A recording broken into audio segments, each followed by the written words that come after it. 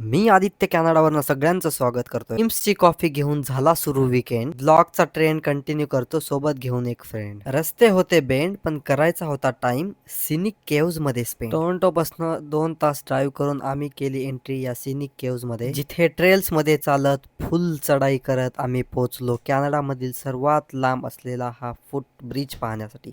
थोडी भीती वाटत होती पण वरून दिसणारा हा अप्रतिम व्ह्यू खूप भारी होता. ब्रिज क्रॉस केला आणि रहस्यमयी केव्ज जवळ पोहोचलो. केव्ज मध्ये पाय टाकताच थोडा गारवा, अंधार आणि वेगळीच शांतता जाणवली. आणि केव्ज मध्ये वॉक करत आम्ही पोहोचलो फॅट मॅन्स मिझरी येथे, जिथे ही 36 सेंटीमीटरची जागा क्रॉस करताना हा शिकलेला अनपढ व्यक्ती पाहायला भेटला. आणि मग आम्ही तिथून पुढे निघालो आणि पोहोचलो ह्या नॅचरल रेफ्रिजरेटर मध्ये. आत शिरताच थंडावा जाणवला, अगदी निसर्गाचा नॅचरल एसी. मग खूप वेळ टाइम स्पेंड करून आम्ही बाहेर पडलो आणि पोहोचलो जवळच्याच एका विलेज मध्ये, ज्याचं नाव आहे ब्ल्यू माउंटेन विलेज, जे की कॅनडामधलं एक सुंदर गाव, जी आकर्षक बिल्डिंग, सुंदर रस्ते आणि टुरिस्ट लोकांचं मेन अट्रॅक्शन म्हणून फेमस आहे. जिथे आम्ही लंच केला आणि निघालो जगातील सगळ्यात लांब फ्रेश वॉटर बीच मध्ये, ज्याचं नाव आहे वसागा बीच. दिवसभर आम्ही खूप थकलो होतो म्हणून इथं थोडा आम्ही रिलॅक्स केला आणि मग आम्ही इथून बाहेर पडलो फुल टॅनिंग घेऊन